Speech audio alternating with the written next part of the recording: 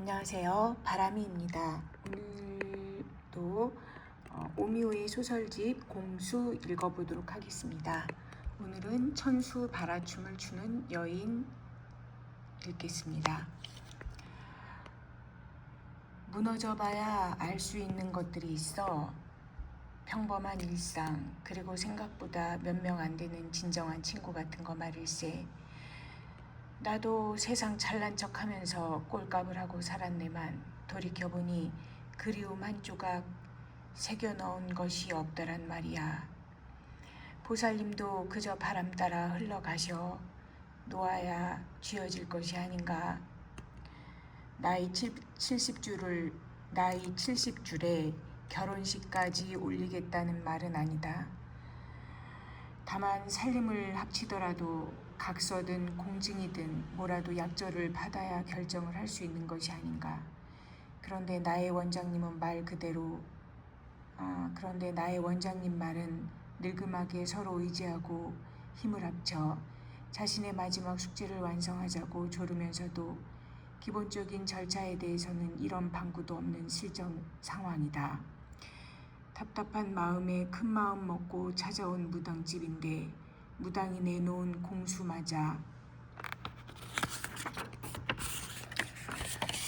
답답하기가 그지없다. 한때는 타고난 미모와 지략으로 강남에서 라이브 카페 사업을 하며 내놓으라는 사람들과 교류했다. 40대 초반에 남편과 이혼하고 아들 하나를 키우며 살던 당시의 나는 한마디로 사교계의 여왕이었다. 부동산이 경기를 탈 때는 남다른 눈썰미로 돈이 될 만한 부동산을 사고 팔면서 막대한 부를 쌓았다. 자동차 트렁크에 현찰을 다발로 싣고 다니며 돈을 물쓰듯이 쓰고 살던 사람이 또한 나였다. 물론 그렇게나 화려했던 시절은 화살처럼 눈 깜짝할 사이 지나가 버렸다. 정신 차리고 눈 떠보니 내게 남아있는 것이라고는 늙어진 몸과 그 몸을 뉘을 수 있는 작은 아파트 한 채가 전부였다. 그럼에도 사람이 자존심이라는 것이 있는 법, 피부도 살림도 쪼그라들었지만 원장이 가진 재산 따위가 탐나서 이러는 것은 하늘의 맹세코 절대로 아니다. 내가 원하는 것은 단지 남겨진 시간만큼은 소중하게 잘 다뤄서 더는 잃고 싶지 않다는 마음 하나다. 그 이상도 그 이하도 없이 딱 그뿐이다. 그런데 또 바람 따라 흘러가라니. 아니, 마음도 가슴도 살림도 텅텅 비었는데 뭘 더 놓으란 말인가. 더 놓을 것이 조금이라도 남아있으면 쪽팔리게 이런 말도 안 한다. 지난 세월 후회하면 뭐 하겠냐마는 지금 제 처지가 좀 그렇습니다. 솔직히 말하면 더 밀려날 곳도 없어요. 그래서 원장님을 놓을 수도 없습니다. 원장님같이 훌륭한 분을 제가 어디 가서 다시 만날 수가 있겠습니까? 사실은 그래서 더 두려워요. 우리 원장님이 갖고 계신 재산 규모가 그냥 몇십억 정도면 저도 이런저런 고민 안 합니다. 할 필요도 없었을 겁니다. 그런데 우리 원장님 재산 규모가 얼추 따져도 500억 원이 넘어요. 그러니 아무런 보호장치 없이 덜컥 살림을 합쳤다가 무슨 봉변을 당할지 누가 알겠습니까? 한마디로 쥐도 새도 모르게 칼 맞아 죽을 수도 있다는 말씀입니다. 남은 생을 함께하고 싶어 안달이 난 나의 원장님에 대한 이야기를 잠깐 풀어보자면, 원장님은 강남에서도 이름난 한의원을 운영하며 한의학계의 성장에도 크게 기여한 학자로도 명성이 자자한 어른이다. 80세를 바라보는 나이에도 소식과 기공을 활용한 운동법으로 웬만한 60대보다 정정하다. 지금도 주 2회는 직접 환자를 진료하고 있으며 진료가 없는 날에는 풍수지리 전문가를 대동해 장만한 5만 평 가까운 부지가 있는 지방으로 내려가 한의 전문 치유센터를 건립하는 데 힘을 쏟고 있다. 그동안 옆에서 지켜보면서도 절로 존경심일 만큼 한의학에 대한 집념과 열의가 대단한 어른이다. 아마도 그러한 부분 때문일 것이다. 원장과 내가 통할 수 있었다는 것은 집념과 열의 같은 기운 말이다. 유능한 선수가 실력 있는 선수를 알아보는 법이다. 원장의 진료실에서 원장을 보좌해온 세월이 어언 7년이 되어간다. 2년 전부터는 원장의 권유로 센터 건립을 위한 지방 출장도 함께 하면서 원장의 섭생까지 일일이 관리하고 있다. 특히 음식과 잠자리에 깐깐한 어른이다 보니 나 이외에는 누구의 보필도 마땅치 않아 했다. 상황이 그렇게 흘러가면서 나는 자연스럽게 당신이 해야만 하는 마지막 1000명이라는 센터 건립 계획부터 실행 전반에 이르기까지 실질적인 모든 부분을 아우르고 있는 유일한 사람이 돼 있었다. 최종 결정은 원장이 하지만 결정을 내리기까지는 나의 의견이 절대적이었다. 속된 말로 나는 원장의 실세인 셈이다. 처음부터 이렇게 될 것이라고 생각하고 원장과의 인연을 이어온 것은 아니었다. 원장과 처음 만난 것은 10여 년 전에 동국대 불교문화연구원에서 진행된 불교와 한의학 학술대회에서였다. 당시 나는 한창 불교 철학과 예술에 심취해 있었다. 그때 인연이 된 비구니 스님에게 한창 바라무를 배우고 익히던 중에 인연이 되려고 그랬는지 하루는 스님이 허리 통증 치료를 위해 다니던 한의원 원장님 강의가 있으니 같이 들으러 가보자 해서 간 것이 계기가 됐다. 인연은 늘 그렇게 별것도 아닌 것으로 시작되기 마련이다. 비구니 스님을 따라 몇 번을 더 한의원에 방문하면서 원장과 말문을 트게 되었고 어찌저찌 하다 보니 마음도 트게 됐다. 과거를 살아온 이력이 누구보다 뜨겁고 화려했던 나는 원장의 간단한 손짓이나 눈짓만으로도 원장의 속내를 읽어낼 수 있는 센스 또는 기술이 세팅돼 있었고 무엇보다 다양한 삶을 경험하며 최고를 누려보았던 사람만이 느낄 수 있는 끝을 알 수 없는 깊은 공허감 같은 감성 이해도 또한 뛰어났다. 나는 특별한 노력 없이도 단박에 원장의 마음을 사로잡을 수 있었다. 늙음막 침범했던 외로움도 한몫했을 것이다. 원장도 나도 서로의 속내를 다 드러내지는 않았지만 우리는 둘 다 외로움에 지쳐 있었다. 환갑이 안 된 나이에 일찍 아내와 사별한 이후 줄곧 혼자 살아온 원장이나 장성한 아들이 있기는 하지만 지금은 불편하고 서먹한 존재로 남보다 못한 사이로 살고 있는 나의 처지가 그랬다. 원장과 나는 누가 먼저랄 것도 없이 서로에게 의지했다. 원장은 내게, 나는 원장에게. 그래서 연인이 됐다. 아무리 나이가 들었어도 연인은 연인이다. 보살님이나 나나 저승사자가 문 앞에서 목을 빼고 기다리고 있는데 그깟 계약서 한 장 받자고 그간 공들인 세계 하나를 허공으로 날릴 셈인가. 지구상에 태어난 사람이 아무리 많다고 해도 내 인연이 되는 사람은 한정돼 있는 법.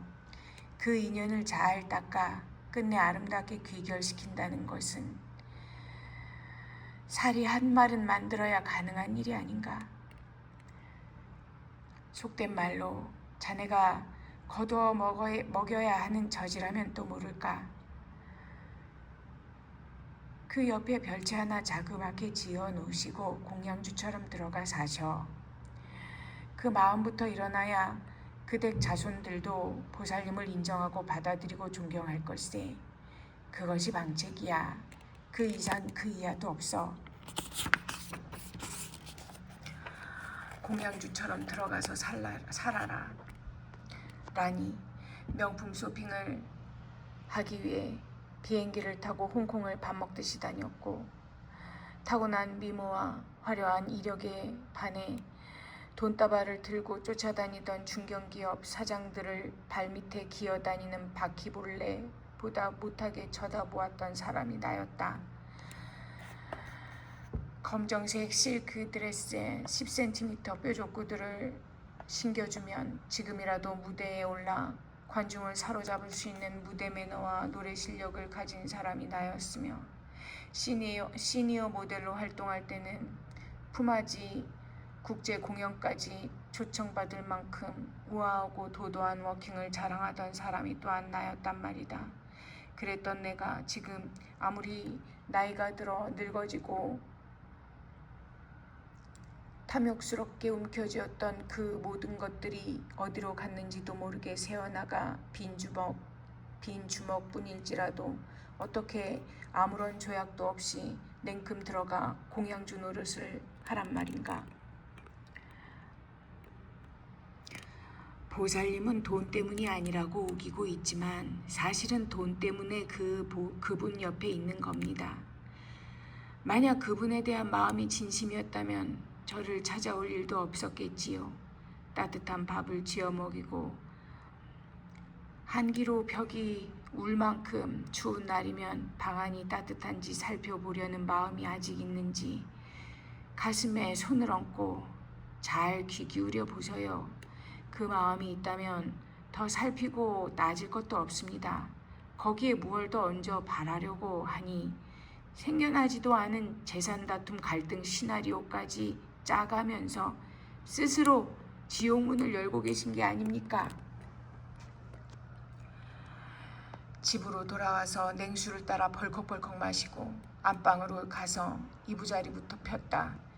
집으로 돌아오는 택시에서부터 피로감이 몰려오면서 정신은 몽롱했고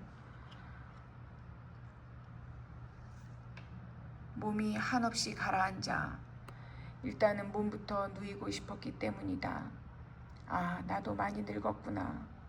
한숨 자고 나면 낫겠지. 나름 기대를 하고 찾아갔는데 뾰족한 방안도 없고 해결책도 없이 무한한 모양새만 됐으니 그럴만도 했다. 일단은 자고 일어나 생각하자.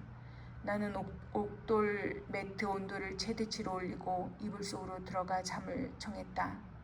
바닥의 온도가 서서히 올라가면서 노곤해지는 몸이 흡사 실타래에서 풀려나가기 시작한 실오라기처럼 아득한 공간으로 끊임없이 빨려 들어가고 있었다. 이대로 계속 풀려나간다면 나는 형체를 잃고 아득한 그 공간 속으로 영영 사라져 버릴 것만 같았다. 오호, 이를 어쩌나? 제대로 찾아온 것은 맞는데 귀인이 잡고 있어 난처한 상황인데?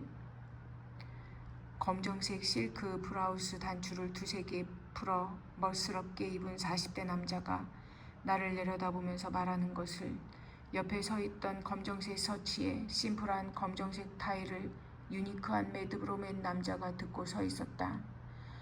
두 명 다 검정색 중절모를 썼는데 마이클 잭슨보다 잘 어울렸다. 근데 저 남자들은 왜 여기 있을까? 나는 이게 무슨 상황인가 싶어 실눈을 뜨고 두 남자를 계속 올려다보았다. 이건 우리가 해결할 수 있는 문제가 아니다. 어르신을 모셔오세. 이런 말을 주고 받고 있는 두 남자는 옷태며 생김새만 스마트한 것이 아니라 심지어 음성까지도 성량이 풍부하고 감미로웠다. 나는 마른 침을 꼴깍 삼키고 다음 상황을 주시했다. 무섭거나 두려운 마음은 하나도 일지 않았다. 어르신을 모셔온다고 말하자마자 부드러운 미소를 띤 백발의 어르신이 나타났고 나는 순간적으로 일어나 앉아 인사를 했다. 어쩐지 인사를 해야 할 것만 같아서였다. 인사를 하고 보니 내가 앉은 공간은 안방이 아닌 흙바닥이었다. 심지어 삼거리 정중앙이었다. 태양은 없었지만 흙바닥색과 비슷한 하늘을 배경으로 펼쳐진 삼거리 주위로는 사람들의 형체가 길게 줄을 만들고 서 있었다. 언젠가 보았던 영화의 한 장면이 떠올랐다. 북서동이 만나는 삼거리 정중앙에 무얼 묻으면 지옥과 연결된다고 했는데 그게 보였더라. 생각이 정지되면서 온몸이 떨려오기 시작했다. 떨고 있는 나를 지그시 바라보던 어르신은 마침내 입을 떼더니 이렇게 말했다. 그분이 기다리십니다. 할 일을 하고 오세요. 그리고는 앞장을 서서 걸었다. 나는 벌떡 일어나서 사람들을 헤치고 그 어르신을 따라 걸었다. 잘생긴 두 남자가 내 옆에 서서 에스코트 해주었다. 길은 순식간에 아슬아슬한 오솔길로 변했다. 한 발만 잘못 디뎌도 끝도 안 보이는 깊은 낭떠러지 아래로 추락할 것만 같은 좁은 길이었다. 나는 떨어지지 않기 위해서 모든 신경을 길 위에 집중하면서 어르신을 뒤따라 그 좁은 길을 걸었다. 어디선가 휴대폰 진동음이 울렸다. 나는 진동음이 울렸다. 그 진동음은 점점 커지면서 내가 서 있는 좁은 오솔길을 진동시켰다. 파도처럼 휘어지는 길 위에서 집중력이 흩어진 나는 순간적으로 발을 헛디디면서 청길 낭떠러지 아래로 추락했다. 아, 결국은 이렇게 죽는구나 하는 찰나에 눈이 번쩍 떠졌다. 안방이었다. 온몸이 땀으로 흠뻑 젖어 있었다. 휴대폰 진동음은 여전히 울리고 있었다. 나는 정신을 차리지 못한 채로 머리맡에 있던 휴대폰을 찾아들고 통화 버튼을 눌렀다. 안녕하세요. 진즉에 인사를 드렸어야 했는데 많이 늦었습니다. 죄송합니다. 저는 원장님 큰아들입니다. 여사님 말씀은 아버지 말씀을 통해 여러 번 전해 들었습니다. 아버지 곁에서 귀한 마음 내주시고 시간을 보태주시는 고마운 분이시라고요. 진심으로 감사합니다. 사실 아버지 성격이 워낙 깐깐하시고 강하시다 보니 자식된 입장에서도 어려운 부분이 많습니다. 다행히 여사님께서 아버지 곁에 계셔 주신다는 것만으로도 저희는 여사님께 큰 은혜를 입고 있다고 생각하고 있습니다. 아버지께서 여사님과 함께 마지막 해야 할 숙제를 매듭지어야 한다고 준비를 당부하셨습니다. 여사님, 모실 공간과 기타 여사님께서 원하시는 대로 재반사항을 준비하라시는 지시인데 이를 위해 법무사를 보내드리려고 합니다. 언제가 좋겠습니까? 나는 풀어진 실타래를 다시 단단하게 되감아 나가듯이 정신을 챙기려고 노력하면서 전화기 너머에서 들려오는 목소리에 집중했다. 집중하면서 느낀 감정은 부끄러움이었다. 나는 나 자신의 덧없는 탐욕을 그들에게 들킨 것만 같아 진심 부끄러웠다. 아무것도 필요 없습니다. 원장님의 큰 뜻에 부족하게 남아 마음을 보태고 손을 얹을 수 있다는 것만으로도 제게는 다시 없는 큰 기회이고 복덕입니다. 이렇게 전화해 주시어 마음 편하게 해주신 것만으로도 더 없는 감사의 말씀 올리고 싶습니다. 법무사를 만날 필요까지는 없을 것 같습니다. 통화 종료 버튼을 누르면서 혹시라도 후회를 하게 될까 의심했지만 다행히 그런 일은 없었다. 오히려 나는 누가 짊어지라고 지시하지도 않았는데 낑낑대고 내려놓지 않았던 짐들을 어느 시원한 나무 그늘 아래 내려놓은 것처럼 후련하고 상쾌했다.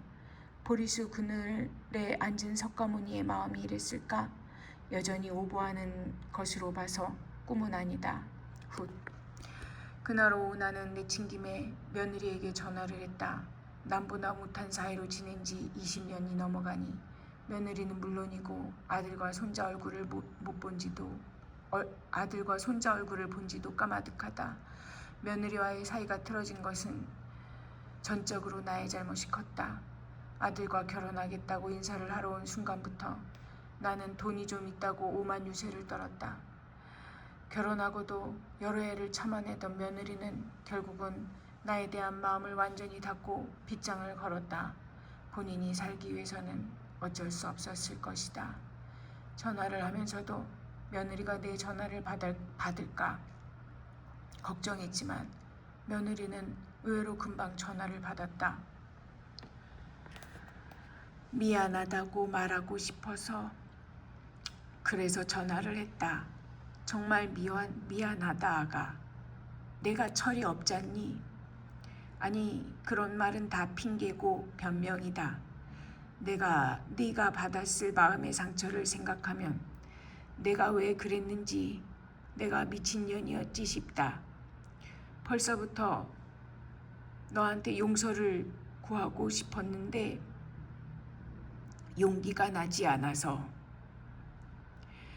이제라도 용서를 구하고 싶다. 용서 못하겠지 절대로. 그래 나라도 용서 못할 거다. 그래도 나는 미안하다고 너한테 미안하다는 말은 꼭 해야 될 것 같다. 그래야 잘 떠나갈 수 있을 것 같아. 미안하다. 나는 끝까지 참 이기적이지. 목이 잠겨와 말을 더 잇지 못할 것 같아 끊으려는데 며느리가 먼저 훅 하고 울더니 이내 전화기 선이 터질 것처럼 대성통곡을 한다. 흐어, 어머니 이제 와서 저한테 이러시면 어떡해 해요. 흐어, 진짜 너무하시네요. 어머니 끝까지 저를 나쁜 며느리 만들고 싶어 안달이 나신 거예요. 진짜 이제 와서 왜 이러시냐고요. 정말 대성통곡. 나는 며느리의 우는 소리를 조금 더 듣다가 조용히 통화 종료 버튼을 눌렀다. 그리고 문자로 미안해. 그런 게 아니었어. 참여하고 싶어서 그런 거야. 우리 아들하고 잘 살아줘서 고맙고 귀한 손자도 잘 키워줘서 고마워. 나 남쪽으로 내려가. 잘 살아. 사랑해. 마지막 사랑해라는 말은 망설였지만 며느리를 사랑하고 있다는 마음이 진심이라는 것을 스스로 확인하고 넣었다. 사랑해라고 적으니 마음 깊숙한 곳에서부터 사랑이라는 감정이 기다렸다는 듯이 차고 올라오며 마구 용서숨 치기 시작했다. 며느리를 다시 볼 수만 있다면 나는 그 사랑스러운 아이 앞에 무릎을 꿇고 앉아 진심으로 사과할 것이다. 그리고 꼭 안아주고 싶다. 물론 며느리가 허락한다면 말이다. 며느리를 꼭 안아주고 있는 나를 떠올리니 백년 묵은 체증이 쑥 내려간 것처럼 몸과 마음이 가벼워진다. 모처럼 콧노래가 나오면서 신바람이 터진다. 이왕에 터진 신바람을 놓치기 싫은 나는 작은 방에서 먼지를 세워가고 있던 바라를 찾아 꺼내들고 거실을 휘저으며 천수바라춤을 춘다. 넘실넘실 자애로운 관음의 기운이 바닥에서부터 서서히 차오른다. 파도를 타듯 넘실대는 기운이로 냉큼 올라탄 나는 마침 붉게 물들고 있는 하늘 속으로 나를 밀고 들어가 하나가 된다. 노을진 하늘이 바라춤을 추는 여인의 실루엣으로 너울대며 피어오르기 시작한다. 아, 오늘은 이토록이나 아름다운 날이었다. 네, 천수바라춤을 추는 여인 다 읽었습니다. 감사합니다.